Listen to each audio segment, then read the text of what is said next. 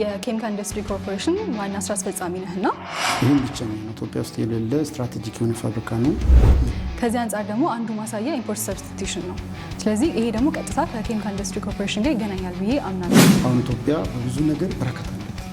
ለምሳሌ ለዘይት የሚውሉ ብዙ አይነት ሰብሎች እናመርታለን። የኬሚካል ምህንድስና ሙያ በሚገባ ተጠቅመናል ብለህ ታስባለህ?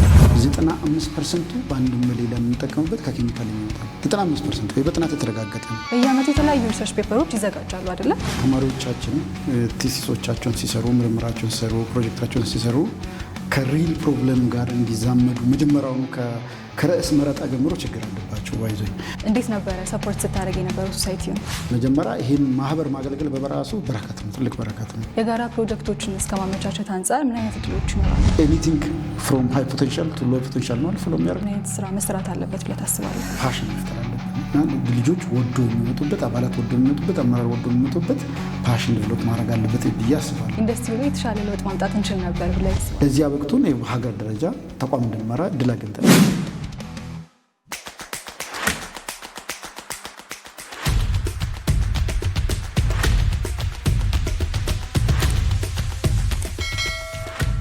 ሰላም ተመልካቾቻችን እንደምን ሰምታችኋል? ይህ የኢትዮጵያ ኬሚካል መሐንዲሶች ማህበር የዩቲዩብ ቻናል ነው። በዛሬው ፕሮግራማችን ደግሞ ከቀድሞ የኢትዮጵያ ኬሚካል መሐንዲሶች ማህበር ፕሬዚዳንት መካከል አንደኛው የሆነውና አሁን ላይ ደግሞ በኬሚካል ኢንዱስትሪ ኮርፖሬሽን ዋና ስራ አስፈጻሚ ዶክተር ኢንጂነር ሁንዴሳ ጋር ይሆናል። ዶክተር እንኳን በደህና መጣህ። እንኳን በሰላም መጣሽ ወደ ኮርፖሬሽናችን። በጣም ጥሩ። ስለዚህ በቆይታችንም እንግዲህ ስለ ኬሚካል ኢንዱስትሪ ኮርፖሬሽን የአሰራር ሂደት ምን ይመስላል የሚለውን እናያለን። ከዛ በተጨማሪ ደግሞ ተማሪዎች ያሏቸውን የሪሰርችና የፈጠራ ሀሳቦች እንዴት ወደ መሬት ማውረድ ይቻላል የሚለውን እንግዲህ ጠቅላላ አድርገን የምናይ ይሆናል። እስከ ፕሮግራማችን ፍጻሜ ድረስ አብራችሁን ቆዩ። ላይክ እና ሰብስክራይብ በማድረግ ደግሞ ድጋፋችሁን አሳዩን። ስለዚህ ወደ ፕሮግራማችን ከመግባቴ በፊት ስለ ዶክተር ሁንዴሳ የትምህርት ደረጃ ስንመለከት እንደ አውሮፓውያን አቆጣጠር በ2007 ዓ.ም በባህር ዳር ዩኒቨርሲቲ የመጀመሪያ ዲግሪውንና በ2012 ዓ.ም ደግሞ ሁለተኛ ዲግሪውን በኬሚካል ምህንድስና ሙያ የተማረ ሲሆን በ2017 ዓ.ም በኢንዲያን ኢንስቲትዩት ኦፍ ቴክኖሎጂ ዴሊ ዶክትሬቱን ተቀብሏል። ከዚህ በተጨማሪም ደግሞ ስለ ዶክተር ሁንዴሳ የስራ ልምድ ጠቅላላ አድርጌ ስነግራችሁ በፋየር ኢንስቲትዩት ኮርፖሬሽን ለ1 ዓመት ፋየር ሰርቬየር በመሆን ሰርቷል። በመተሃራና ወንጂ ስኳር ፋብሪካ ለ2 ዓመት በኢንዱስትሪ ኳሊቲ ኮንትሮል ሱፐርቫይዘር እና ፕሮዳክሽን ሱፐርቫይዘር በመሆን አገልግሏል። ከዚህ በተጨማሪም ደግሞ በአዲስ አበባ ዩኒቨርሲቲ በሌክቸር እና በረዳት ፕሮፌሰርነት ለ9 ዓመታት ከሰራ በኋላ በኬሚካል ኢንዱስትሪ ኮርፖሬሽን ዋና ስራ አስፈጻሚ በመሆን ለ6 ዓመት ሙያዊ ኃላፊነቱን ሲወጣ ቆይቷል። አሁን ላይም የተለያዩ ስራዎችን በመስራት ሀገራዊ ግዴታውን እየተወጣ ይገኛል ማለት ነው። ዶክተር ስለተገኙልን እጅግ አድርጌ በሶሳይቲውና በተመልካቾች ስም ላመሰግን እወዳለሁ። እኔም በጣም አመሰግናለሁ ብሩክታዊት። ለፕሮግራሙም ደግሞ እስቲ ቤተሰብ ስለሆንኩ በዚህ አጋጣሚ ተገኝቼ ያለን የስራ ልምድ ለወደፊቱም ደግሞ ተማሪዎች፣ አስተማሪዎች፣ የምርምር አካላት፣ ኢንዱስትሪዎች በጋራ የሚሰሩበትን ሁኔታ ልንወያይ ዛሬ ስለተገናኘን ውድ በሆኑ የኢትዮጵያ ኬሚካል መሐንዲሶች ማህበር አባላት እና በራሴ እንዲሁም በኮርፖሬሽኑ ስም ምስጋናን ላቀርብ እወዳለሁ። የኬሚካል ኢንዱስትሪ ኮርፖሬሽን ዋና ስራ አስፈጻሚ ነህና ከዛ አንጻር ኮርፖሬሽኑ ምንድን ነው የሚሰራው የሚለውን ለተመልካቾቻችን ግልጽ ብታደርግልን። በጣም ጥሩ። የኢትዮጵያ ኬሚካል ኢንዱስትሪ ኮርፖሬሽን 5 ተጠሪ ተቋማት አሉት። የመጀመሪያውና አንጋፋው የሙገር ሲሚንቶ ፋብሪካ ነው። ሙገር ሲሚንቶ ፋብሪካ እንግዲህ ወደ 1976 ነው ስራ የጀመረው። እንግዲህ ከዛ ወደዚህ ሲቆጠር ወደ 41፣ 42፣ 43 ዓመት የቆየ ፋብሪካ ነው። አንጋፋ ብቻ ሳይሆን ደግሞ በጥራቱም ተመራጭ የሆነ እንዲሁም ደግሞ ብዙ ኢምፓክቶችን ብዙ ህይወቶችን ያሻሻለ ፋብሪካ ነው። በአሁን ላይ ሙገር ሲሚንቶ ፋብሪካ ወደ 4 የሚሆኑ ምርቶችን ለህዝቡ አምርቶ እያከፋፈለ ይገኛል። አንደኛው ኦፒሲ የሚባል ጥንካሬ የሚፈልጉ ሃይ ራይዝ ቢልዲንግ የሆኑ ለግድብና ለትልልቅ ወደቦች የሚሰሩበት ሲሚንቶ አይነት ነው። ሁለተኛ ፒፒሲ የሚባል ሲሚንቶ ነው። እሱ ደግሞ ለኦርዲነሪ ቢልዲንግ እና ለተለያዩ ግብዓቶችና ግንባታዎች የሚያገለግል ነው። ሌላኛው የግብርና ኖራ አፈር አስዳማነትን ለማከም የሚያገለግል ነው። በትዕዛዝ ደግሞ እንደ ህዳሴ አይነት ሎ ሃይድሬሽን ሲሚንት የሚባል እናመርታለን። ስለዚህ ሙገር ሲሚንቶ ፋብሪካ አንደኛው ነው። ኮርፖሬሽን ስንል እንግዲህ ኮርፖሬሽን የሚገለጥበት ባሉት ተቋማት ነው ማለት ነው። አንደኛው ሙገር ነው። ሌላኛው ኮርፖሬሽኑ የሚሰራቸው የተለያዩ ወደ 22 አይነት ጸረ ተባይ፣ ጸረ ፈንገስ፣ ጸረ አረም እንዲሁም ደግሞ ተዋሲያን ውጪ እንስሳት ተዋሲያንን ሊያጠቃ የሚችል ጸረ ተባይ አይነቶች እናመርታለን። ይሄ አዳሚ ቱሉ ጸረ ተባይ ማዘጋጃ ፋብሪካ ይባላል። ይሄም ወደ 20 ዓመት የቆየ በጣም ወደ 30 የሚጠጋ ፋብሪካ ነው። ጥራቱን የጠበቀ ትኩስ እና ዓለም አቀፍ ስታንዳርዱን ጠብቆ ነው የምናመርተው። የWHO ነው የፋኦን ስታንዳርድ ጠብቀን ነው የምናመርተው። ለገበሬው ብቸኛ የሚባል ፋብሪካ ነውና ሌላ እንደዚህ የሚያመርት ኢትዮጵያ ውስጥ የለም። ሶስተኛው ተጠሪ ተቋም ኮርፖሬሽኑ የሚገለጥበት የተለያዩ ቤዚክ የሚባል ኬሚካሎችን ያመርታል። ቤዚክ ኬሚካል ስንል ምንድነው? ለብዙ ግብዓት እንደ ኢንተርሚዲተሪ ሆኖ የሚያገለግል ነው። አንደኛው አዋሽ መልካሳ ኬሚካል ፋክተሪ የሚባል አለ። እዛ አዋሽ መልካሳ ውስጥ 3 ፋብሪካዎች አሉ።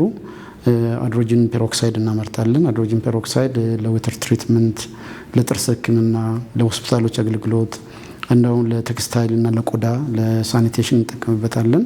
ይህም ብቸኛ ነው ኢትዮጵያ ውስጥ የሌለ ስትራቴጂክ የሆነ ፋብሪካ ነው። አፍሪካ ውስጥም 3 ቦታ ብቻ ነው የሚገኘው።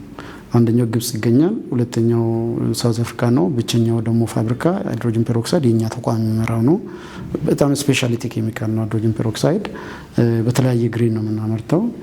ከሜዲካል ግሬድ እስከ ኦርዲነሪ ኬሚካል ግሬድ ወይ ላቦራቶሪ ሬጀንት ግሬድ ነው የምናመርተው። ሌላኛው እዛ ፋብሪካ ውስጥ አዋሽ መልካሳ ግቢ ውስጥ የሚገኘው ሰልፈሪክ አሲድ ነው። ሰልፈሪክ አሲድ የአንድ ሀገር የኢንዱስትሪ እድገት የሚለካበት ትልቁ ሰልፈሪክ አሲድ ፋብሪካ ልኬቱና ብዛቱ ነው እና ይሄም አንጋፋ ፋብሪካ ነው። አሁን ደግሞ ለማስፋፋት ትልቅ ፕሮጀክት አዘጋጅተን እየሰራ ነው ያለው። ሶስተኛው ፋብሪካ እዛው አዋሽ መልካሳ ውስጥ የሚገኘው ለውሃ ሕክምና ወደ ውሃን ለማጥራት እና ለተለያዩ ነገሮች የሚጠቀመው አልሙኒየም ሳልፌት የሚባል ፋብሪካ አለን። በአጠቃላይ ሳጠቃልልሽ ባቱ ኮስቲክ ሶዳ የሚባልም ኮስቲክ ሶዳ፣ ሌሎችን ኬሚካሎች እናመርታለን። የጎማ ውጤቶች ግብዓት የሚሆን ጎማ ዛፍ የሚባል ዛፍ አለ። ረበር ትሪ ወደ ደቡብ ምዕራብ ኢትዮጵያ ላይ ብዙ አግሮኖሚ ያለው ወደ 3884 ሄክታር ላይ አልምተናል። ኦሮሚያ ላይ ማስፋፊያ እየሰራን ነው 2500 ሄክታር ላይ። ስለዚህ እነዚህ ነባር ፕሮጀክቶች ናቸው፣ ነባር ፋብሪካዎች ናቸው። እነዚህ ምርቶችን አምርተን በብቸኝነት የግሉ ዘርፍ የማይገባባቸውን እናቀርባለን። በቀጣይነት ደግሞ ትልልቅ ሜጋ ፕሮጀክቶችን እያሰብን ያለ ነው። ከፔትሮኬሚካል እስከ ስፔሻሊቲ ኬሚካል፣ ከቤዚክ ኬሚካል ደግሞ እስከ በልክ በጣም ሀገሪቷ የምትፈልጋቸውን ታኪ ምርቶች ላይ እየሰራን ነው ያለ ነው። ትልልቅ ሜጋ ፕሮጀክቶችን ይዘናል።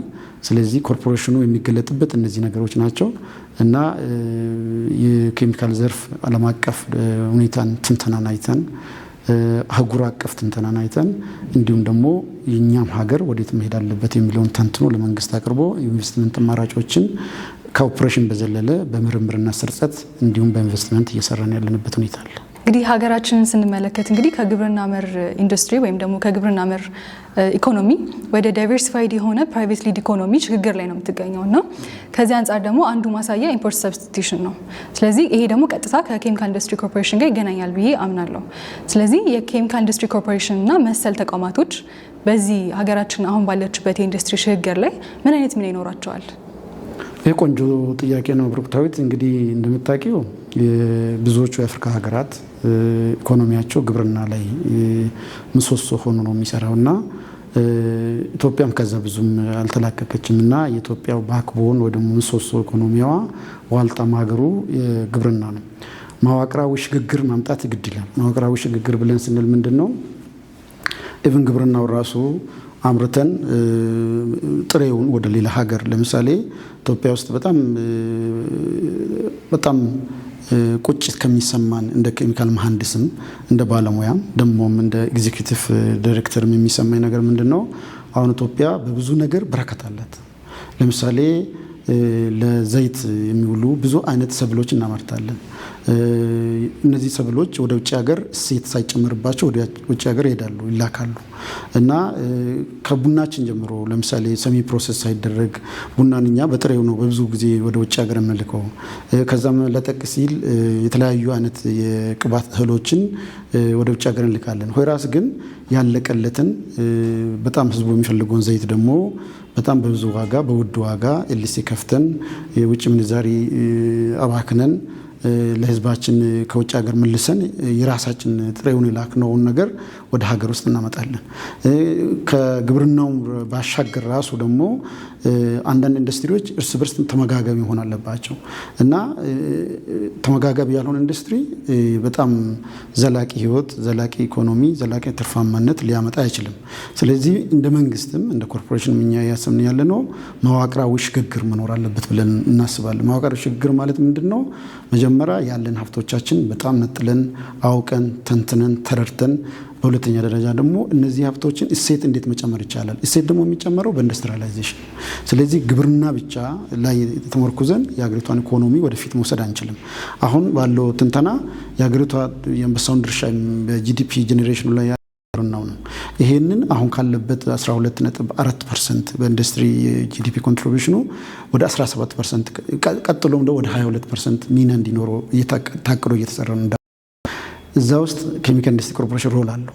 ስለዚህ አሁን እኛ እያልን ያለ ነው እያንዳንዱ ሮ ማቴሪያል ላይ እሴት እየጨመርን ሰንሰለቱን ከፍ በማድረግ ኢንዱስትሪዎቻችን ቤዙን እያሰፋን ከግብርና መር ኢኮኖሚ ወደ ኢንዱስትሪ መር ኢኮኖሚ፣ ወደ ኢኖቬሽን፣ ወደ ዲጂታላይዝድ ኢኮኖሚ የሚመጣው ዋናው አሰናሳይ ሞተር ሊባል የሚችለው ኢንዱስትሪ ነው። አሁን ኢንዱስትሪ አሁን ባለበት ሁኔታ 5 አብዮቶችን አልፏል እና የመጀመሪያው አብዮት፣ የሁለተኛ አብዮት፣ ሶስተኛ አብዮት እየተባለ የመጀመሪያው አብዮት ያው በጎጆ ኢንዱስትሪ የሚሰራበት ነው። እዛ ትንተና ውስጥ ገብቼ ጊዜ መውሰድ አልፈልግም። ነገር ግን አሁን ዓለም በአብዛኛው ያለበት አሁን 4ኛው አብዮት ነው። አሁን ደግሞ ወደ 5ኛው እየመጣበት ሁኔታ ነው ያለውና ወደ ኤአይ አሲስትድ የሆነ ማኑፋክቸሪንግ እየተመጣበት ሁኔታ ነው። እኛ ግን በአንዳንድ ሴክተሮች ገና 2ኛው አብዮት ላይ ነው ያለነው። በአንዳንድ ሴክተሮች 3ኛው ላይ የደረስንበት ሁኔታ አለ። 4ኛ ገባም የለም ፎር ዛት ማተር እና ዜርፎር በቁጭት በመንፈሳዊ ቅናት እና በቅንጅት የተሻለ ነገር ለማድረግ መዋቅራዊ ሽግግር ለማምጣት ቅድም እንዳልኩሽ ትልልቅ የሆነ የምግብ መቀነባበሪያ ፋብሪካዎች ፒዩሪፋይድ የሆነ ዘይት እንዲኖር እያንዳንዱን ግብዓት ደግሞ ለምሳሌ ግብዓት ብንወስድ እኛ አሁን ከሳንድስቶን ወይ ደግሞ ከላሚስቶን ወይ ከፑሚስ ወይ ከጂፕሰም በዋናነት ሲሚንቶ እናመርታለን። ከዚህ በለጠቀ ሁኔታ ግን ስፔሻል ታይፕ ኦፍ ሲመንት ግላስ ፋክተሪዎችን ጥራቱን የጠበቁ ግላስ ፋክተሪዎች አሁን እሴት ጭማሪ ይጠይቃሉ። ስለዚህ ብዙ ያልተነካ ሀብት አለ ኢትዮጵያ ውስጥ። ያንን ሀብት ለቀጣይ ጄኔሬሽን ወደ ተምሳሌት ሀገር የሚሄድበትን ነገር እየሰራን ያለንበት ሁኔታ ነው ያለው። በጣም ጥሩ። እንግዲህ አሁን ላይ ሀገራችን ካለችበት የኢንዱስትሪ ሽግግር ላይ የኬሚካል ምህንድስና ሙያ በሚገባ ተጠቅመናል ብለህ ታስባለህ? ካሰብክ እንዴት? ካልሆነ ደግሞ ምን አይነት ፖሊሲዎች ተቀርጸው ቢሰሩ የተሻለ መጠቀም እንችላለን ብለህ ታስባለህ? ይሄ በጣም ኢንትረስቲንግ ጥያቄ ነው። ቅድምም እንዳልኩት ነው እኛ አሁን በ3 ስትራቴጂ ነው የምንሰራው እንዳልኩሽ እና የመጀመሪያው በቅንነትና ሀገርህን ለሀገሬ ምን ሰራው እኔ ሀገሬ ምን ሰራችልኝ እንደሚባለው ሁሉ እኔ ለሀገሬ ምን ኮንትሪቢዩት አደረኩ፣ እኔ ለሙያዬ ምን ኮንትሪቢዩት አደረኩ። ኬሚካል ኢንጂነሪንግ አንድ ሰው ተምሮ ኬሚካል ኢንጂነር ለመባል 12 ዓመት ትምህርት ቤት ይቆያል። ከዛ ደግሞ 5 ዓመት ይማራል ኢንጂነሪንግን። ከዛ እንግዲህ 17 እድሜውን ኦልሬዲ በዛ ሜታሞርፎሲስ ውስጥ ያለፈ ሰው ነው እና ይሄ 17 ዓመት ትሬን የተደረገበት ነገር ላይ ሀገር ከዚህ የሚመነጭ የሙያዊ ጥቅም ምክርና አገልግሎትን ማግኘት ካልቻለች ያ እውቀት ያ ሙያ ያ ስኪል ይባክናል ማለት ነው። ኬሚካል ኢንጂነሪንግ በባህሪው ዩኒቨርሳል ኢንጂነሪንግ ወይ ደግሞ ዩኒቨርሳል ኢንጂነር ተብሎ ነው የሚታወቀው። ይሄ ማለት ምንድነው? ኬሚካል ኢንጂነሪንግ የማይገባባቸው ዘርፎች የሉም እና የማይገባባቸው ዘርፎች የሉም ሲባል በአንድም በሌላ የምንጠቀምበት ከእለት እለት እስከ ዓመታዊ ልብሳችንና ከምንኖርበት መኖሪያ ቤት ጀምሮ በኢትዮጵያ ውስጥ ሚሆን በዓለም አቀፍ ደረጃ 95% በአንድም በሌላ የምንጠቀምበት ከኬሚካል የሚመጣ ነው። 95% ወይ በጥናት የተረጋገጠ ነው።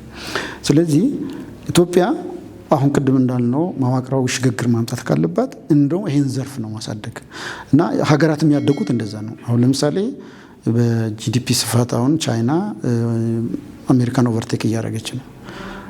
ኦቨርቴክ ያደረገችበት ስማርትፎኖችን በማምረት አይደለም። ኦቨርቴክ በማድረግ በኤሌክትሮኒክስ በምናምኑ ብቻ አይደለም። ትልልቅ ሂውጅ የሆኑ አውሮፕላኖችን በማምረት አይደለም። ዋናው ነገር ምንድነው? በጣም በልክ የሆኑ ኬሚካሎችን አምርታ የኬሚካል ሴክተሩ በዚህ ዓለም ላይ በኬሚካል ኢንዱስትሪ እድገት አንደኛ ተራ ቁጥር ላይ ያለችው ቻይና ናት። እና ቻይና ይህንን ታምራዊ እድገት ያመጣችው በኬሚካል ሴክተሮች እና በኬሚካል ኢንዱስትሪ ላይ በሰራቻቸው ውጤቶች ናቸው። ስለዚህ ኬሚካል ኢንጂነሪንግ አሁን ባለው ኢትዮጵያ አሁን ባለችበት ነባራዊ ሁኔታ በፍጹም የሚገባውን ቦታና የሚገባውን አበርክቶ አድርጓል ብለን አላምንበት እንደ ግለሰብ እንደምመራው ተቋም ጭምር።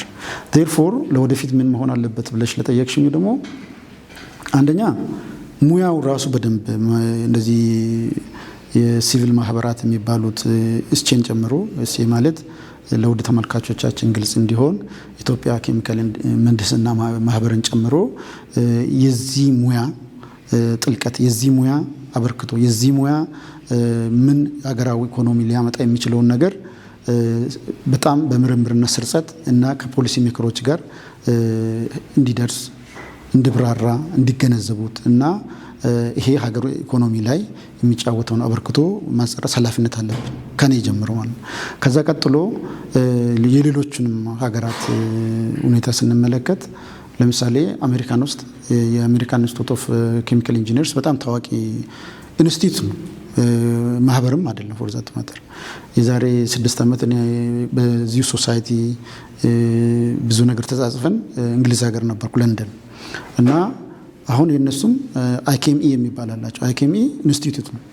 ኢንስቲትዩት ከመሆኑ አንፃር የምርምር ማዕከሎች አሉ። ፕሮዳክት ፖርትፎሊዮ ያወጣል። የምርምርና ስርጸት ሀሳቦችን መንግስትን ያማክራል።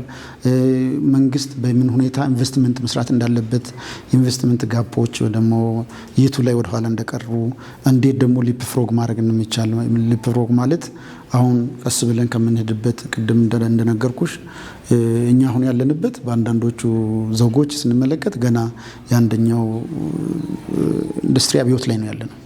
የመጀመሪያው ኢንዱስትሪ አብዮት ማለት በእጅና በከሰል ለምሳሌ ዩዚንግ ኮል ማኑፋክቸሪንግ ዩዚንግ ኮል ኢንጂን የሚባለው የመጣበት ሁለተኛ ነው። አንዳንዶቹ ፋብሪካዎች እዛ ላይ ናቸው ያሉትና ዜርፎር ጥያቄውን ወደ አጠርስ አረገው አሁን ኬሚካል ምህንድስና ብዙ መስራት እየቻለ ብዙ ሀገር ያልተጠቀመችበት ስለሆነ በቁጭት በቅንጅትና ይሄን ነገር አውቆ ሀገሪቷ እንድትጠቀምበት ኃላፊነት አለብን ብዬ አስባለሁ። እሺ በአዲስ አበባ ዩኒቨርሲቲ ውስጥም ደግሞ በመምህርነት ስታገለግል ቆይተሃልና አጠቃላይ ካለህ ልምድ አንጻር በየዓመቱ የተለያዩ ሪሰርች ፔፐሮች ይዘጋጃሉ አይደለ? እነዛን የሪሰርች ፔፐሮች ወደ መሬት አውርዶ የብርም ኢትዮጵያ ውስጥ ላሉ ኢንዱስትሪዎች ችግር ፈቺ እንዲሆን ከማድረግ አንጻር ምን አይነት ስራ መሰራት አለበት ወይም ደግሞ ክፍተቱን ለማጥበብ ምን አይነት ነገር መደረግ አለበት?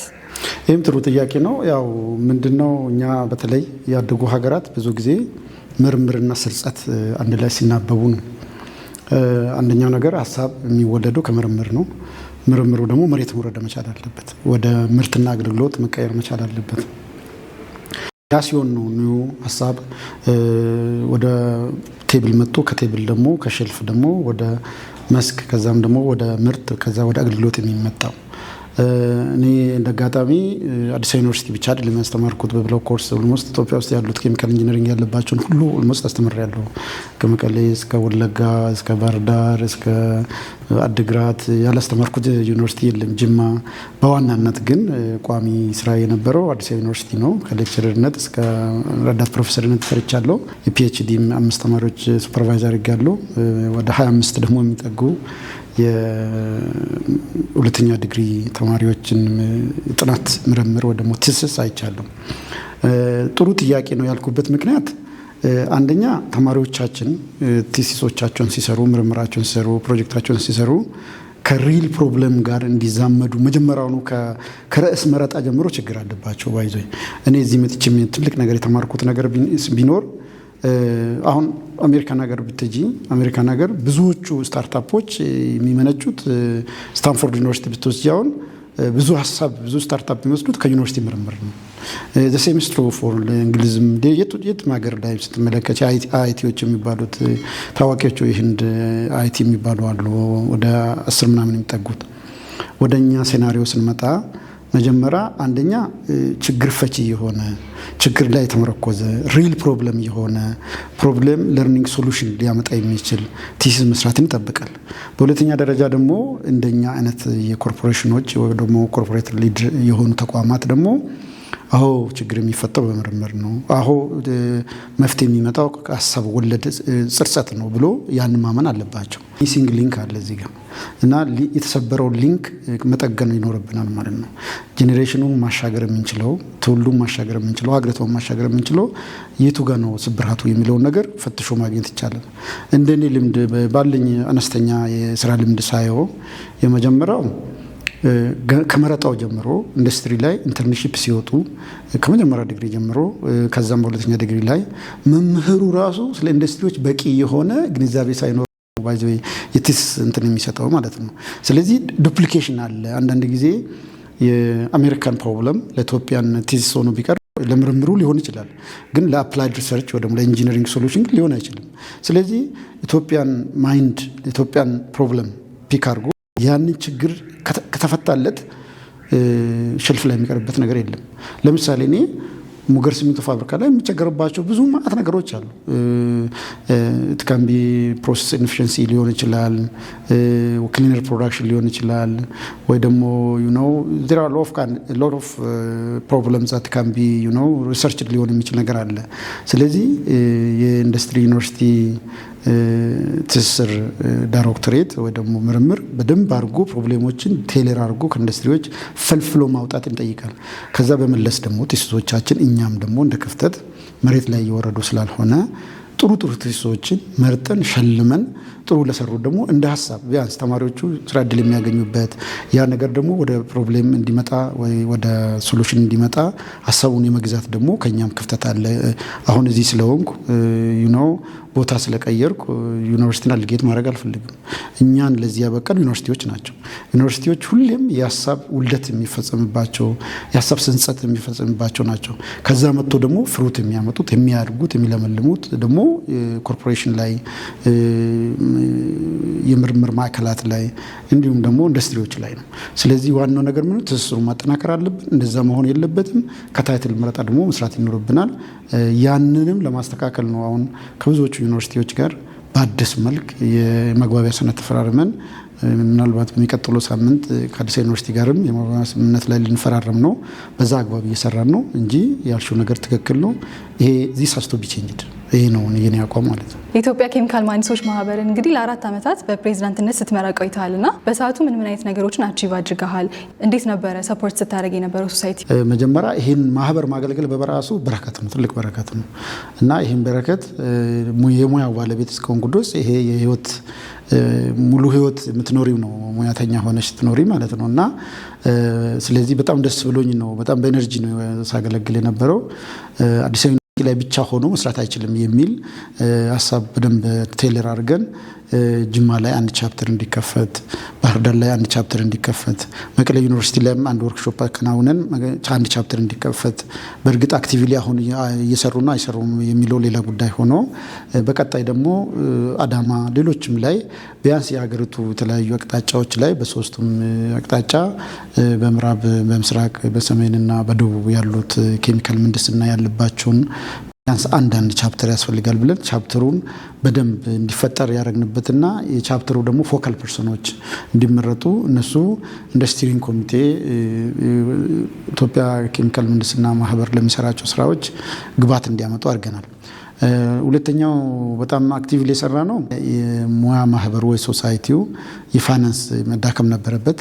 ስለዚህ ምንድነው ያደረግነው ሪሶርስ ሞቢላይዜሽን ሰራን እና ወደ 10 የሚሆኑ ተቋማት ላይ በጣም ቀጥሮ ይዘን አግሬሲቭሊ ሰርተን ይሄ ማህበር ይሄ ሙያ ለሀገራችን እድገት ያለው አበርክቶ ያለው አስተዋጽኦ ትልቅ ነው። ስለዚህ አብሮ መስራት አለብን፣ ሀገር መቀየር አለብን ብለን ብዙ ነገር ለፍተናል። አንዳንዶቹ ደግሞ ፍሬም አፍርቷል። ለምሳሌ የኢትዮጵያ የቴክኖሎጂና ኢኖቬሽን ሚኒስቴር ጋር ሆነን ለመሪዎቻቸው ለሚኒስቴሮቹ ሳይቀር ፕሬዘንቴሽን አቅርበን አንድ ፕሮጀክት ሰርተናል። ያ ፕሮጀክት ምንድነው? የቴክኖሎጂ ዩቲላይዜሽን ኦፍ ኢትዮጵያን ኢንዱስትሪስ የሚል ምን ያህል ቴክኖሎጂ ተጠቀሙ ነው፣ ምን ያህል ኢቨን ኢንዱስትሪ ከአንደኛው አብዮት ወደ ሌላኛው አብዮት ሲሆን ምን ያህል አወርድ ናቸው ቴክኖሎጂ ሲጠቀማሉ ወይ የሚል ይሄን ስንሰራ ባይዘ ብዙ ነገሮችን ነው ቶፕ ቴር የሚባሉትን ኢንዱስትሪዎችን መርጠን እንደ ኬሚካል፣ እንደ ሌዘር፣ እንደ ቴክስታይል እና ሜታል መርጠን ትዝ ይለኛል። ይሄንን ሚኒስቴር መስሪያ ቤቱ ያው የኢኖቬሽን እና የቴክኖሎጂ ሚኒስቴር እንደመሆኑ መጠን ኢንዱስትሪዎችን በቴክኖሎጂ እንዲረዳቸው እንዲያግዛቸው ትሬኒንግ የሚያስፈልግባቸው ቦታዎች ላይም ደግሞ የማብቃት ስራ እንዲሰራ የሰራንበት ሁኔታ አለ ማለት ነው እና ይሄ ፐብሊሽድም ተደርጓል በሚኒስቴር መስሪያ ቤቱ ማለት ነው እና አንዱ ይሄ ነው። ሌላኛው ስኬታማ ከነበርንባቸው ከሪሶርስ ሞቢላይዝ እና ይሄንን ሙያ ሜንስትሪም ከማድረግ አንጻር የኢንዱስትሪ ፓርኮች ጋርም የኢትዮጵያ ኢንዱስትሪ ፓርኮች ኮርፖሬሽን በተደጋጋሚ ሄደን አንዳንዶቹን ስንመለከታቸው ጥሩ ናቸው። አንዳንዶቹ ግን በተለይ ኢኮ ኢንዱስትሪያል ፓርክ ላይ ያላቸው ክፍተት ኢኮ ስንል ዜሮ ሊኩዊድ ዲስቻርጅ፣ ዜሮ ሶሊድ ዌስት ዲስቻርጅ እና እንደዚሁም ደግሞ ኢሚሽን ኮንትሮል የሚደረግበትን አይተን አንዳንድ ችግሮችን ተገነዘብን። ቅድም እንዳልኩሽ ቴሲሶች ብዙ ጊዜ መሬት ላይ አይወርዱም። ለምንድን ነው ይህንስ እንዴት መቀየር ይቻላል እንዳልሽኝ ሁሉ ቴሲሶቹ መጀመሪያው ራሱ ሁለታቸው ከፕሮብሌም የተነሳ ስላልሆነ ነው። ስለዚህ እኛ ምን አደረግን? መጀመሪያ ኢንዱስትሪው ላይ ያለውን ክፍተት ካየን በኋላ ይህንን ደግሞ ዓለም አቀፍ ሊረዳ የሚችል ፕሮፖዛል ጻፍን። ከዛ ኢንተርናሽናሊ ተወዳድረን ከሮያል አካዴሚ ኦፍ ኢንጂነሪንግ ከዩኬ ሄደን አሸንፈን ፈንድ አምጥተናል ማለት ነው። ወደ ኢትዮጵያ ሲመነዘር ሚሊየንስ ነው እና ይሄን ማድረግ የቻልነው በራሳችን ተጻጽፈን እዛ ያለው ነገር እንትን ብለን ነው እና ይሄም አንዱ ስኬት እና ሊነገር የሚችል ጥሩ ትምህርት ሊሆን የሚችል ከሮያል ፋሚሊም ጭምር ሰርቲፊኬት የተቀበልንበትና እኔ ራሱ ከሮያል ፋሚሊዎቹ ጋር በአካል ያገኘዋቸው የንጉሳን ቤተሰቦች ቤተመንግስት የጎበኘሁበት ሁኔታ ነው ያለው። የኛም ደግሞ ሱፐርቫይዘሪ ቦርድ እና ፕሮፌሰር ደስታ ሌሎችም ሰዎች ከዛ ፈርዘር ተደርጎ ደግሞ ብዙ ፕሮጀክቶች የመጡበት መጀመሪያ ግን የጀመርነው ሀሳቡን እኛ ነበርን። እኛ ኢንሴንስ ሶሳይቲው አመራር ላይ ያለን ሰዎች ናቸው ማለት ነው። ሌላኛው በጣም የሰራነውና ጥሩ ስኬት ያገኘንበት አንዳንድ ፊዚቢሊቲ እና አንዳንድ ጥናቶችን ትሬኒንጎችን ነው። ከአዲስ ቻምበርስ ኦፍ ኮመርስ ጋር ግሪኒንግ አፍሪካ ማኑፋክቸሪንግ የሚባል እንደዚሁ ፕሮጀክት ተወዳድረ ምን ብለን እንዴት ነው ኢትዮጵያን የማኑፋክቸሪንግ ከባቢ እንትኑን ግሪን ማድረግ የሚቻለው እንዳይበክሉ ማድረግ የሚቻለው የሚለውን ብዙ የሰራንበት ነውና ስኬታማ ነበር ፎር ዛት ማተር እና ጊዜው ግን ደግሞ እንደጋጣሚ ሆኖ በጣም አዳጋች የሚባል ኮቪድ የመጣበት ጊዜ ብዙ ቢዝነስ በጣም የቆመበት ጊዜ ነበር። ከ2018 ከ2022 ስለነበረ ያው ኮቪድ-19 የሚለው በ19 ጊዜ መጣ ነው። ኢትስ ሶ ኢንትረስቲንግ በጣም ደስተኛ ሆነን አጃይል የሆነ ቲም የነበረበትና ብዙ ያጠናከርንበት ነው። ነገር ግን ያም ቢሆን እስቼ ከዚህ በላይ መሄድ አለበት። እስቼ ወደ ኢንስቲትዩት መሄድ መቻል አለበት። እስቼ ብዙ ነገሮች መስራት አለበት። ያላሳካናቸው ነገሮች ደግሞ ነበሩ። ቢሳኩ መኛቸው ደግሞ ብትጠይቂኝ ፎርዋርድ ሉኪንግ እንደሚሆን ሰው እኔ ይህንን ሶሳይቲ የራሱ ኦፊስ ዴቨሎፕ አድርጎ የራሱ ሄድኳርተር ልክ እንደ ኢትዮጵያ የኢኮኖሚክ ሶሳይቲ የራሱ ህንጻ አለው። የራሱ ትልልቅ ኮንሰልተንሲዎች ይሰራሉ። መንግስትን ያማክራል። ዓለም አቀፍ ድርጅቶችን ያማክራል። እንደዛ እንድንሆን እፈልጋለሁ። ጆርናሎቹ ኢንተርናሽናሊ ሪኮግናይዝ እንዲሆኑ እፈልጋለሁ። አሁን የአሜሪካን ሶሳይቲ ኦፍ ኬሚካል ኢንጂነርስ ላይ ፐብሊሽ ማድረግ ትልቅ ኢምፓክት ፋክተር አለው። ትልቅ ለሙያ አበርክቶ ነው። እንደዛ አይነት የኢትዮጵያ ኬሚካል መሐንዲሶች ማህበር የራሱ የሆነ ሰብስክሪፕሽን ያለው ኢንተርናሽናል ዲጂታል አይደንቲፊኬሽን አይዲ ያለው ዲኦአይ የሚባለው አይነት እንዲኖረው እንፈልጋለን እና ኢምፓክት ፋክተር ያለው እና የምርምር ማዕከል እንዲሆን የምርምር አካዳሚያ እንዲሆን እንፈልጋለን እና ይሄን ሁሉ የሰራ ነው ጅማሮ ነው፣ ግን በቂ አይደለም። ብዙ ይጠበቅብናል የሚል ሀሳብ አለኝ። ይሄ ነው ማለት እንችላለን። በጣም ጥሩ። እንግዲህ እንደሚታወቀው ማህበሩ 25ኛ ዓመቱን ለማክበር ዝግጅት ላይ ነው የሚገኘውና ማህበሩ 25ኛ ዓመት ድረስ ደርሶ ስታየው ምን ይሰማሃልና ለቀጣይ ዓመታቶች ውስጥ በምን አይነት መልኩ ቢሰራ ኢንዱስትሪው ላይ ኢምፓክትፉል መሆን ይችላል ብለህ ታስባለህ? እንግዲህ አንድ ሰው 20ዎቹ ዕድሜው ሲገባ ሊዳር ለአቅመ አዳም ሊደርስ ለአቅመ ሔዋን ደረሰ እንደማለት ነውና አንድ ህፃን ተወልዶ 25 ዓመት ከደረሰው እንግዲህ የሲልቨር ኢዮቤልዩ የሚባል ጎልምሷል እንደማለት ነውና ይሄንን ለመሰረቱልን የሙያ አባቶቻችን ይሄን ለመሰረቱልን የምድልን የፕሮፌሰሮቻችን መጀመሪያ ምስጋና ማቅረብ ፈልጋለሁ እና አዎ ያስፈልጋል ጉዳይ የፕሮፌሽናል ሶሳይቲ ያስፈልጋል ብሎ ቀደምት አባቶቻችንን በዚህ አጋጣሚ በደንብ አድርጌ ለማመስገናቸው እወዳለሁ። ቀጥሎ ደግሞ ምን ይጠበቅበታል ለምትይኝ እኔ አሁን እስቼ አሁን ወጣት ነው። ወጣት ደግሞ መውረድ መውጣት እንደፈለገ ተገለባብጦ የመስራት እድል አቅም ችሎታ አለው። ስለዚህ ይሄ ወጣት ሶሳይቲ ቅድም እንዳልኩት በጣም በርትቶ መስራት አለበት። ሙያውን የሚመጥን እድሜውን የሚመጥን ቢሮ አደረጃጀት እና እንዲሁም ደግሞ ስምርት ወስዶ እና ኮርፖሬሽኖችን የሚደግፍ ልክ እኔ አሁን እንደምመራው አይነት የኢትዮጵያ ኬሚካል ኮርፖሬሽን ሊደግፍ የሚችል መንገድ ሊያሳይ የሚችል እንዴት አድርጎ ይሄ ኬሚካል ኢንዱስትሪን ስኩል ኦፍ ቶቱን ሊመራ የሚችል አሁን በኢኮኖሚክስ ሙያ ውስጥ ለምሳሌ በጣም የምናገብራቸው የምንወዳቸው ሰዎች አሉ እና ሀገራት እንዴት አድርጎ እንደሚሻገሩ ኢኮኖሚ እንዴት መሄድ እንዳለባቸው የሚያማክሩት ብዙ ጊዜ የሙያ ማህበራት ናቸው፣ የኢኮኖሚክ አሶሲዬሽን ናቸው። ቤት ግሎባል፣ ቤት ሪጂናል፣ ቤት ናሽናል እና የኬሚካል ምህንድስና ማህበርም አሁን ለምሳሌ እኔ ከሚመራው ብንጀምር ይሄንን ተቋም እንዴት አድርጎ ማሻገር እንደሚቻል ስትራቴጂክ እይታ ሊሰጥ የሚችል በምርምር በስርጸት እንዲሁም ደግሞ በስልጠና እና በድጋፍ በብዙ ነገር ማምጣት የሚቻልበት ሁኔታ መሆን አለበት ብዬ አስባለሁ። ስለዚህ we came long way but there is a longer way even remaining to be there is a road not has been taken እና እንደ ማህበር ያልወሰነው ያልተጓዝነው መንገድ አለ። ያንን ያልተጓዝነው መንገድ ተጉዘን ተቋሙንም ሀገሪቷንም ማሻገር ትልቅ ኃላፊነት አለብን። በተለይ ፊት ለፊታችን ያለው መጻኢ ዕድል ትልቅ ዕድል አለ። ለምን ቢባል ቅድም ያወራነው ነው መዋቅራዊ ሽግግር ማድረግ አለብን ስንል ነበር አይደል? መዋቅራዊ ሽግግሩ ምንድነው? ከግብርና መር ኢኮኖሚ ወደ ኢንዱስትሪ መር ኢኮኖሚ ስንሄድ ይሄን መዋቅራዊ ሽግግር ከሚያስመጡትና ከሚያሳልጡት ሰዎች መካከል አንዱ እንደ እስቺ አይነት ነው። አንዱ ኬሚካል መሐንዲሶች ነው። ስለዚህ ብዙ ነገር ነው። እንኳን ለዚህ ያበቃን እንኳን ለዚህ ያደረሰን እና እንኳን ለ25ኛው ዓመት የብር ኢዮቤልዩ የምስረታ በዓል ደረሳችሁ ማለት ፈልጋለሁ። እኔም እንደራሴ እንኳን አደረሰኝ ማለት ፈልጋለሁ። አባልም አመራርም ስለነበርኩ። በጣም ጥሩ። እንግዲህ የኢትዮጵያ ኬሚካል መሐንዲሶች ማህበር ከኬሚካል ኢንዱስትሪ ኮርፖሬሽን ጋር በምን አይነት መልኩ አንድ ላይ መስራት ይችላሉና የጋራ ፕሮጀክቶችን እስከ ማመቻቸት አንፃር ምን አይነት እድሎች ይኖራሉ? የኢትዮጵያ ኬሚካል ኢንዱስትሪ ኮርፖሬሽን የጋራ መግባቢያ ሰነድ ተፈራርሞ ከብዙዎቹ ዩኒቨርሲቲዎች ጋር ይሰራል፣ ከሙያ ማህበራት ጋርም ይሰራል። ዛሬ ጠዋት እንኳን ክሮስ አድቫይዘሪ ቦርድ ከሚባሉ ከኬንያ ከመጡ ከሳውዝ አፍሪካ ከመጡ ሙያተኞች ጋር ቁልፍ በሆኑ ጉዳዮች ላይ መክረን አብረን ለመስራት የተግባባንበት ሁኔታ አለ። ሀገር በቀል የሆነ ቀጥተኛ ቨርቲካል ሪሌሽን ያለው ማህበር ደግሞ ስኒር እና ዲርቷስ አብሮ ለመስራት የትም ሳንሄድ ሰው መጀመሪያ ቤቱን ሳያጸዳ የቤቱን አቅም ሳይጠቀም ቤት ያፈራውን ሳይጠቀም ወዴትም መሄድ አይችልም።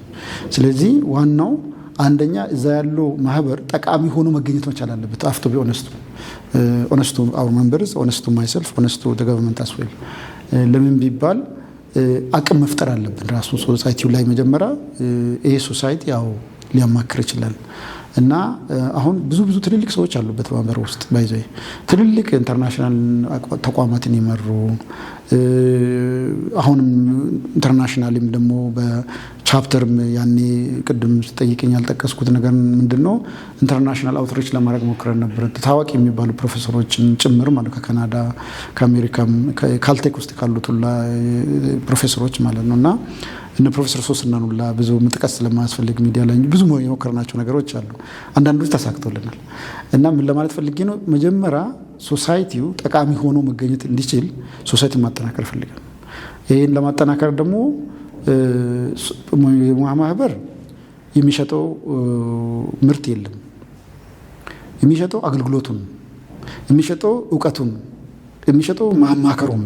ስለዚህ ሊያማክሩ የሚችሉ ሰዎች አገልግሎት ሊሰጡ የሚችሉ ሰዎችን በደንብ አድርጎ አደራጅቶ እዛ አካባቢ በደንብ መስራት እና በኮንሰልተንሲ ዊንጉን ማጠናከር ያስፈልጋል። ያ ከሆነኛ ወዴት ማንሄድ ሁለተኛ ሌጋል ፍሬምወርኩ ማጠናከር ይፈልጋል። አሁን ሌጋል ፍሬምወርክ ማለት ምንድነው? ኮንሰልተንሲ ታክስ ከፋይ ሆኖ በደንብ ቫት መዝጋቢ ሆኖ ቲዮት ተመዝጋቢ ሆኖ የሚያገለግሉበት የራሱ ዊንግ አለው። በነፃ ደግሞ ልክ ምንድነው ኮንሰልተንሲ ታክስ ሳይወጡ ደግሞ የሚያገለግሉበት አለ። ስለዚህ ለሀገሪቱ ህግ ተገዢ ሆነው እንዲመጡ አንዳንዴ አሁን ለሶሳይቲው ራሱ ትልልቅ ምንድነው ኮንሰልተንሲዎችን የማንሰጥበት የምንቸገርበት ትልቁ ነገር አስፈላጊው የህግ ማዕቀፍ ውስጥ በኮርፖሬሽን ሌቭል ስላልደረሱልን እሱ እንዲሆን። ሁለተኛ ስብጥሩን በዛ ጨረታዎችን ስናወጣ እንዲወዳደሩ እንጋብዛቸዋለን። አሁን አየር ላይ ያሉ ትልልቅ ጨረታዎች አሉ። ተወዳድራችሁ አሸንፋችሁ በሞስት ሬሌቫንት የሚባለው እናንተ ስለሆናችሁ እንድትሰሩ ሄዳንት እንድታደርጉ እፈልጋለሁ እንጂ ሪሶርስ ብዳል ናቹራሊ በኬሚካል ኢንጂነሪንግ ላይ ምንድነው ኤኒቲንግ ፍሮም ሃይ ፖቴንሻል ቱ ሎ ፖቴንሻል ነው ፍሎ የሚያደርጉ ሞመንተም ሊሆን ይችላል፣ ኤነርጂ ሊሆን ይችላል፣ ዋትሶኤቨር ያው ሂት ትራንስፈር ሊሆን ይችላል። በሙያችን የተማርነው ማለት ነው። ጥሩ የእውቀት ክምችት ካለ እዛ አካባቢ ጥሩ አቅም ካለ ፍሰቱን የምንፈልገው ደግሞ አለን እዚህ ጋር ያን እውቀት የሌለው ፋብሪካ አለው እኛ እንፈልጋለን በጣም እና ምን ለማለት ማጠናከር ይፈልጋል። አንድ ማጠናከር እንዴት ነው? ከህግ አንፃር፣ ከሙያ ስብጥር አንፃር፣ ከልምድ ካላቸው አንፃር። ሁለተኛ በደንብ እንትን አድርጉ ማለት ኮላቦሬሽናችንን በወርክሾፕ በሴሚናር በተለያየ ነገር ደግሞ ኮርፖሬሽኑ እናንተን የሚያግዝበትን ሁኔታ መፈጠር አለበት የሚለው ኢንስቲትዩሽናል ሜምበርሺፕ በማድረግ በዛ ነው ይሄ ነው ማለት የሚችለው። የኬሚካል ምህንድስና ሙያ የቴክኖሎጂ ለውጥ ይታይበታልና ለውጥ ካለ ደግሞ አዳፕታቢሊቲ ግድ ነው ሊኖር ይገባል። ስለዚህ ከዚህ አንፃር ሶሳይቲው አባሎቹን ለማብቃት ምን አይነት ስራ እየሰራ ነው ወይ ምን አይነት ስራ መስራት አለበት ብለህ ታስባለህ? መጀመሪያ አባላቱ ሴንቲ ሜካኒዝም ያስፈልጋቸዋል። አሁን ሴንቲ ሜካኒዝም ብለን የምንለው ለምንድን ነው የሙያ ማህበር ፕሬዚዳንት የምሆነው? ለምንድን ነው አባል የሚሆነው? አንደኛ ሀገርን ለማገልገል ነው። ነሰሰሪ መኒ ብቻ አይደለም ሴንቲ ሜካኒዝም ወይ ደግሞ ስለሚከፈለው አይደለም። አሁን አንቺ በነፃ ነው መጥተሽ እዚህ ጊዜሽን አቃጥለሽ የቲስ ዝግጅትሽን ትተሽ እነዚህ በጣም ትንታግ ቲሞች እዚህ ያሉት ለአባላታችን እንዲያውቁ ብዬ ነውና አሁን እዚህ እንደ ባክግራውንድ ብዙ እየሰሩ ልጆች አሉ፣ ጎበዝ የሆኑ ሰዎች አሉ። እና ይሄ ምንድነው ሙያችንን ከመውደድ ነው። ዋና ነገሩ መሆን አለበት ምንድነው ፓሽን መፍጠር መቻል አለብን። እኛ ኢንሴንቲቭ ነሰሰሪ በመኒ ብቻ አይደለም። እና ይሄ ሙያ በጣም ኢንትረስቲንግ ሙያ ነው ኬሚካል ኢንጂነሪንግ ምህንድስና። እኔ ከስያሜው ጀምሮ ባይዘው አሁን ዚስ ዴይስ ኬሚካል ኢንጂነሮች ስያሜው አይገልጽንም የሚል ኢንተርናሽናል አለ። ኬሚካል ኢንጂነሪንግ ሳይሆን መሆን ያለበት ራሱ ፕሮሰስ ኢንጂነሪንግ መሆን አለበት የሚል እንደምታ አለ ባይዘው ኢንተርናሽናል። ለምን ቢባል ኬሚካል ከተባለ ፓርቲኩላር ወደ ኬሚካል ይመጣል። ነገር ግን ኬሚካል ኢንጂነሪንግ በራሱ ባዮሎጂካል ኢንጂነሪንግ አለው፣ ቲሹ ኢንጂነሪንግ አለው፣ ፕሮሰስ ኢንጂነሪንግ አለው። ፕሮሰሲንግ ውስጥ ደግሞ ሁሉ ይጠቃለላል።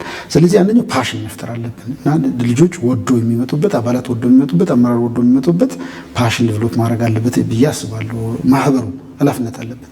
ሁለተኛ ኔሰሰርሊ ተቋማት ጥሪ እስኪያደርጉላቸው ፈንድ እስኪያደርጉ ወይ ደግሞ በሆነ ነገር ቻናል እስኪያደርጉ ሳይሆን ለሀገራቸው ለማገልገል ካላቸው ፍላጎት የተነሳ ሙያውን በደንብ አድርጎ ሲያስተዋውቁ ሙያውን የሚፈልጉ መንግስት ደግሞ ይመጣል። እኔ ነሰሰርሊ ከኔ እንኳን ልምድ ብነግርሽ አሁን እዚህ ለመምጣት ፍላጎቱ ተነሳሽነቱም እንዳለው አላውቅም። ፎርዛት ማተር ሙያውን ተሸክሜ ሲሄድ ግን መንግስት አይ ይሄ ሁሉ የመጣው ከመንግስት ጋር ሄደን ቅድም እንደነገርኩሽ ወደ 10 የሚሆኑ ተቋማት ላይ የዞርን እንዲህ መስራት እንችላለን እኮ እንዲህ እንስራ፣ ቴክኖሎጂ ወደ ኋላ ቀርተናል፣ ግባትን እንደዚህ ኢኮ ኢንዱስትሪያል ፓርክ መገንባት አለብን፣ ግሪን ማኑፋክቸሪንግ መኖር አለበት፣ ሪሶርስ ኤፊሺየንሲ መምጣት አለበት ብለን በደንብ ስንነጋገር መንግስት ራሱ እንዲህ አይነት ሙያ ሊያግዘኝ የሚችል ስለዚህ ሙያተኛውን ይፈልጋል ማለት ነው። እና ሶት አፍተር የሆነ ፕሮፌሽን ማድረግ አለበት ብዬ አምራለሁ ማህበሩ ማለት ነው። ይሄን ለማድረግ ደግሞ ምንድነው በፋይናንስ ቅድም እንዳልኩ ራሱ መጠናከር አለበት።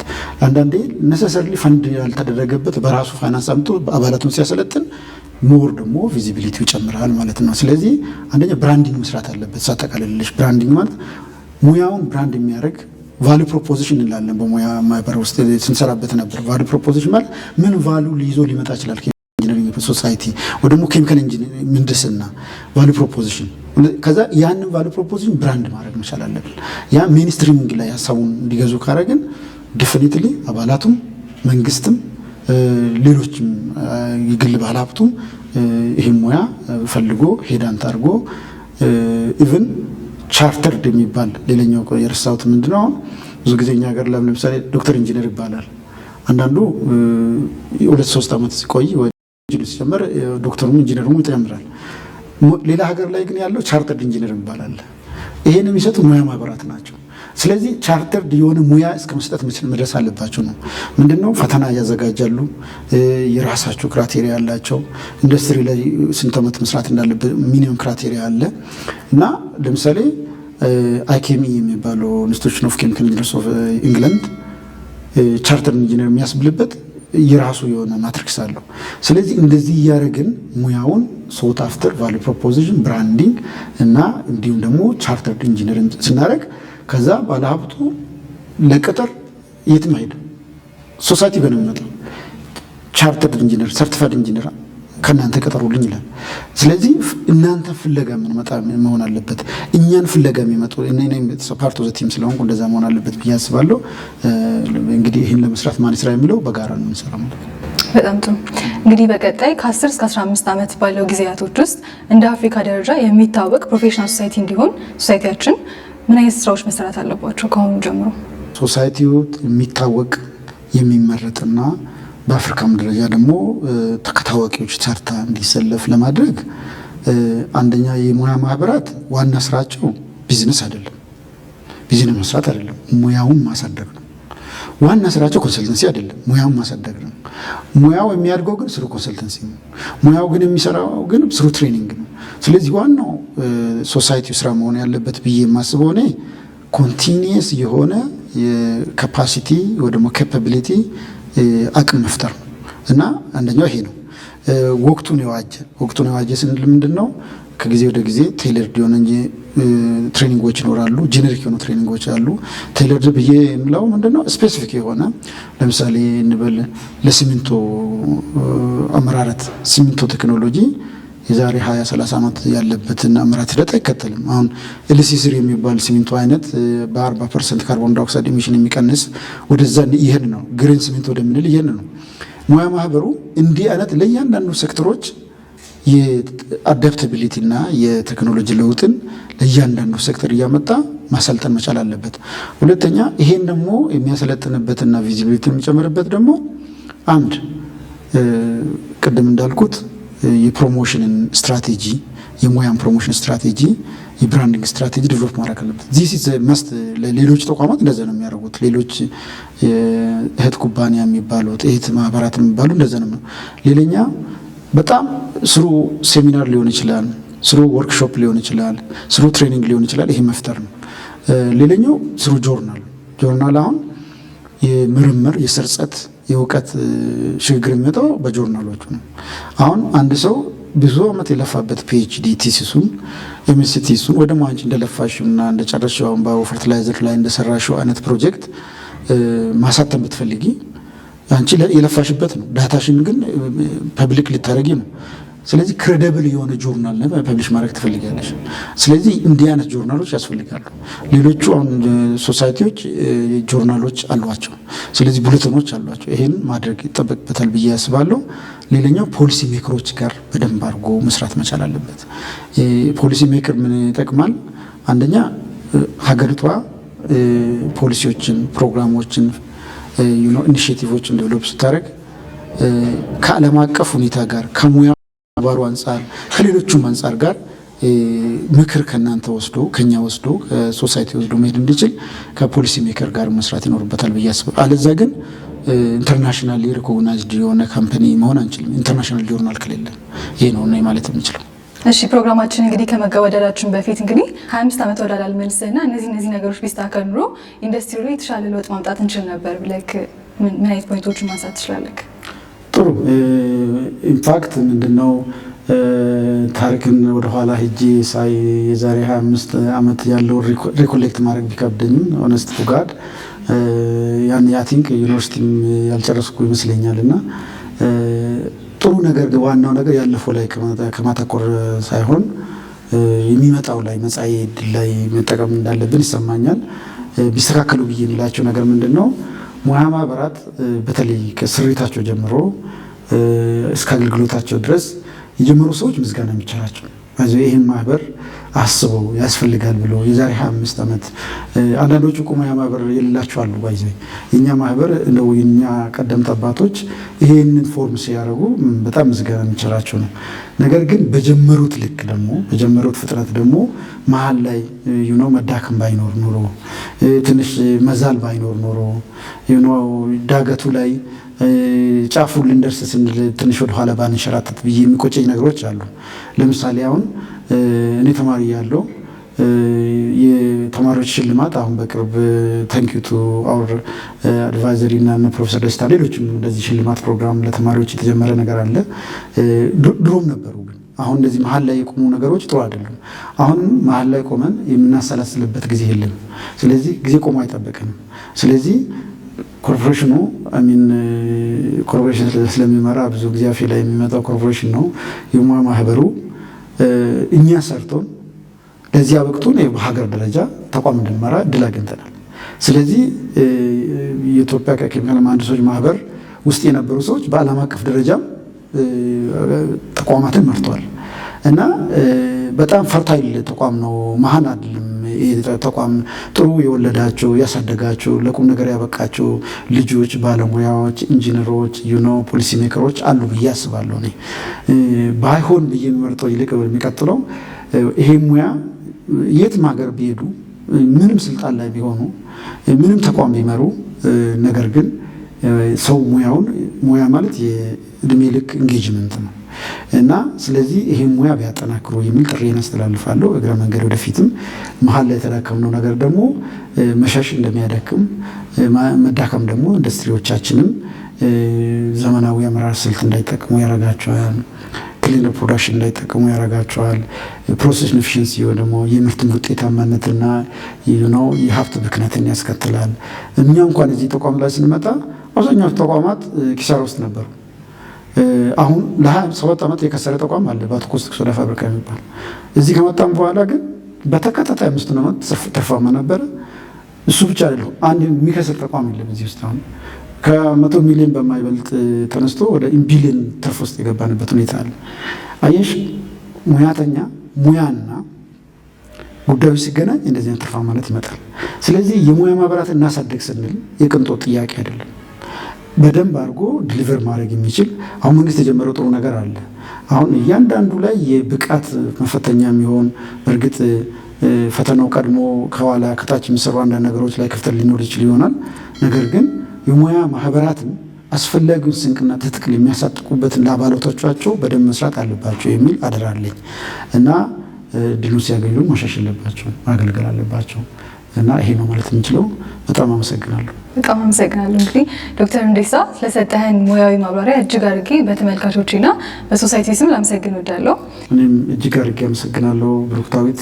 እንዳንቺ አይነት የዛሬ ተማሪዎች የነገ ፖሊሲ ሜከርስ የነገ ደግሞ ተቋም አመራር እንደምትሆኑ ዛሬ የኤስቼ አባላት ነገ ደግሞ ኤስቼ አመራሮች እንደምትሆኑ እዚህም ያላችሁ ቲሞች እና ዶክተር ተስፋ ኢየሱስ ሌሎችም እዚህ ያላችሁ ቲሞች ጊዜያችሁን ሰጣችሁ ለሙያችሁ ተሰምቷችሁ ላደረጋችሁ ነገር በተመልካቾችና እንዲሁም ደግሞ በተቋምም ጭምር በጣም አመሰግናለሁ። ክብረት ይስጥልኝ። መድኃኔዓለም